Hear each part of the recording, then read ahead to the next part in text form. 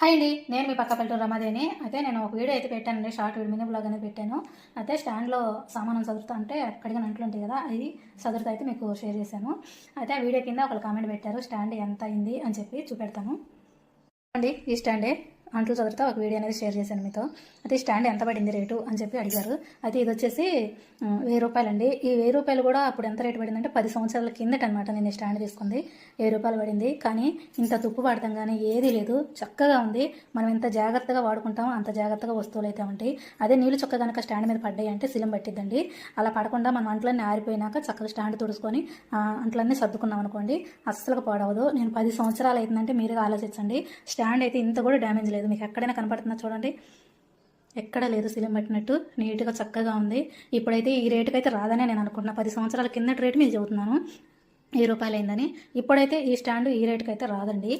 విషయం ఏంటిదంటే, మనం పాత వస్తువులు ఉన్నాయి అనుకోండి, ఆ పాత వస్తువులు పడేయడానికి అయితే నేను ఇష్టపడను. ఎందుకంటే మేము ఇల్లు కట్టుకున్నాక వస్తువులన్నీ నేను ఇక్కడికి వచ్చినాక, మా ఇల్లు కట్టుకున్నాక నేను అనేది కొత్తగా ఏమైతే కొనుక్కురాలేదు, అన్నీ పాత వస్తువులే.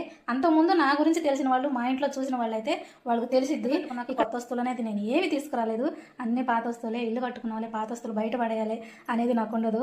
చక్కగా జాగ్రత్తగా ఉండొస్తూనే వాడుకోవడానికి నేను ట్రై చేస్తాను. ఇంకొక విషయం అండి, అని చెప్పాను కదండి, అప్పుడు అక్కడికి వెళ్ళినప్పుడు ఒక పొయ్యి అయితే కొనుక్కున్నాం. పొయ్యి కొనుక్కున్నాక చాలాలు వాడుకున్నాక పాడైపోయిందండి. పాడైపోతే మళ్ళీ రెండోది కొనుక్కున్నాను పొయ్యి, అది స్టీల్దే, అది రెండోది కొనుక్కున్నాను.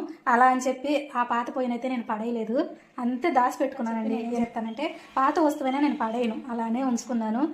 ఇంటికి ఇక్కడ తీసుకొచ్చి, అక్కడ నుంచి ఇక్కడ తీసుకొచ్చాను. నీళ్ళు కట్టుకున్నాక తీసుకొచ్చుకొని పైన పెట్టుకున్నాను. అది గుర్తుగా ఉండాలి, ఎందుకంటే పాత వస్తువు నేను బయటపడాను. చాలా రోజులు వంట చేసిన రోజులు ఉన్నాయి. అలా అని చెప్పి దాన్ని పక్కన పడేయాలని నేను అనుకోవట్లేదు. అందుకని చెప్పి నేను పక్కగా పెట్టుకున్నాను. పాత వస్తువులని తేలిగ్గా తీసేయమాకండి. మనకి అంటే వాటి వల్ల మనకు తీపి గుర్తులు చాలా ఉంటాయి. అది నేను అనుకుంటున్నాను, మీ అందరికీ ఎలా అనిపించిద్దో నాకైతే తెలియదు, కానీ నాకైతే అలానే అనిపించిద్దండి. కొత్త స్టవ్ తీసుకొచ్చాలి అని చెప్పి పాత స్టవ్ అయితే పడేయలేదు. పడైతే 4 ఉల్లిపాయలు వస్తాయి, కరెక్టే, కాదని అంటలేదు, కానీ నేను పడేయలేదు అనమాట. భద్రంగా పైన దాచిపెట్టుకున్నాను.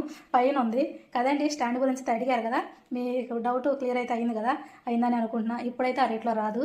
ఇప్పుడు వచ్చేది మొత్తం కల్తీయేనండి, మొత్తం కల్తీయే. మనం ఒరిజినల్ అని తీసుకుంటున్నాం కానీ బంగారమైన వస్తువులైన మడుసులే కల్తీ అయిపోయారు. ఇక ఈ వస్తువులు ఏముంది చెప్పండి, కది అంతమించి ఇంకేం చెప్పాలనుకుంటా. Bye bye bye by.